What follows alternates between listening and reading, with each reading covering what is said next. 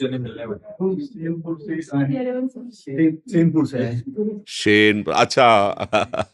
तो कभी आपने देखा है वे सेनपुर में? सेनपुर में महाजन अक्सर आपका वो सब महाजन, हाँ, वो एक महाजन कभी कभी आते थे। हाँ, वहाँ कई वर्ष रहे बाबा सरकार की तपोभूमि श्री स्वामी मगनानंद सरस्वती। हाँ, उस समय केवल हम दो लोग ही थे पूरे पूरे बगीचे में। एक पंजीरी बाबा पीछे थे और आगे हम थे। दिन में कभी कोई गंगा स्नान करने आ जाए, 24 घंटे में 2 रोटी और अरहर की दाल, इतना ही भोजन में वहां था ही नहीं कुछ।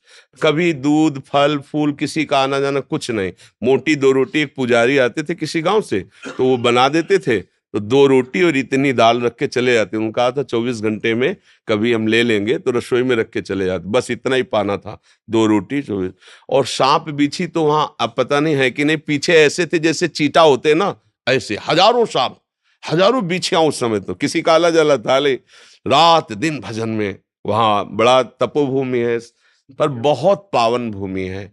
ऐसे गंगा जी समीप बैठते हैं, रात्रि में जब निकल के बैठे ऐसे सांप जाते थे फन काढ़े हुए। बस ये दृढ़ निश्चय था कि अगर प्रारब्ध में इसको काटना है तो कहीं भी बैठो काट लेगा, अगर प्रारब्ध में नहीं तो नहीं। तो पास से निकल जाते थे, पद्मासन लगाए जैसे बैठे, ऐसे जटाए थी, ऐसे डाले रात्रि में।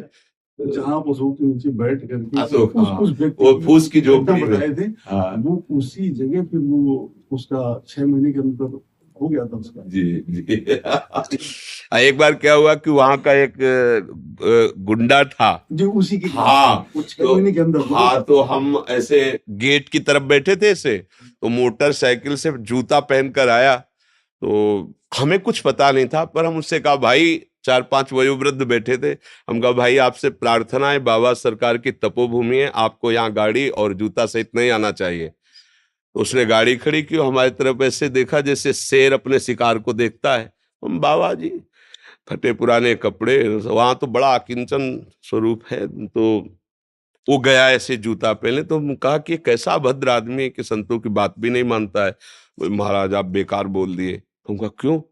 बोले मतलब 50 काटने वाला आदमी है, किसी को भी काट सकता है, किसी को मार सकता है, इसकी मतलब चलती है इस एरिया में, गंगा का किनारा है, किसी को भी काट के फेंक दे। हमें लगता है कि आपको नहीं बोलना चाहिए। लौट के जब आया तो वो गाड़ी थोड़ी देर स्टार्ट, हम कहा भाई यहाँ स्टार्ट नहीं करना, बाहर जाओ, यहाँ स्टार्ट नहीं होगी। मतलब हम कोई सिद्धि नहीं दिखा रहे थे, हम उसे कह रहे थे कि आप बाहर ले जाओ बाहर। और वो लाख स्टार्ट किया लेकिन स्टार्ट नहीं हुई। तो हमने उससे कहा कि एक पावर है जिसको तुम जानते नहीं, बाहर जाओ यहाँ।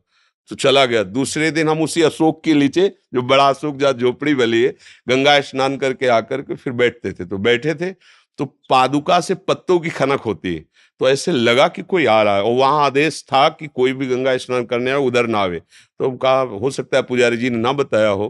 तो ऐसे दृष्टि गई तो देखा वही आदमी। तो थोड़ा मन में आया कि क्रूर स्वभाव का आदमी, पता नहीं चला। शांत बैठे रहे। उन्होंने देखा, ए बाबा, कहा जी, ऐसे कहा जी। तो उसने पहले पिस्तौल निकाली और सामने रखा, बोले इसको जानते हो?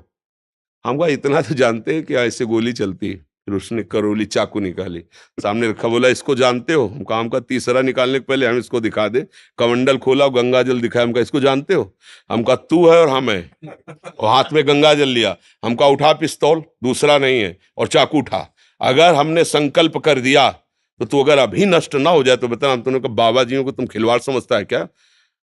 पिस्तौल ली, चली गई। आपने जल लिया, उसी जल में फिर समाहित हो गए। तो भागवतिक बल एक अलौकिक बल होता है।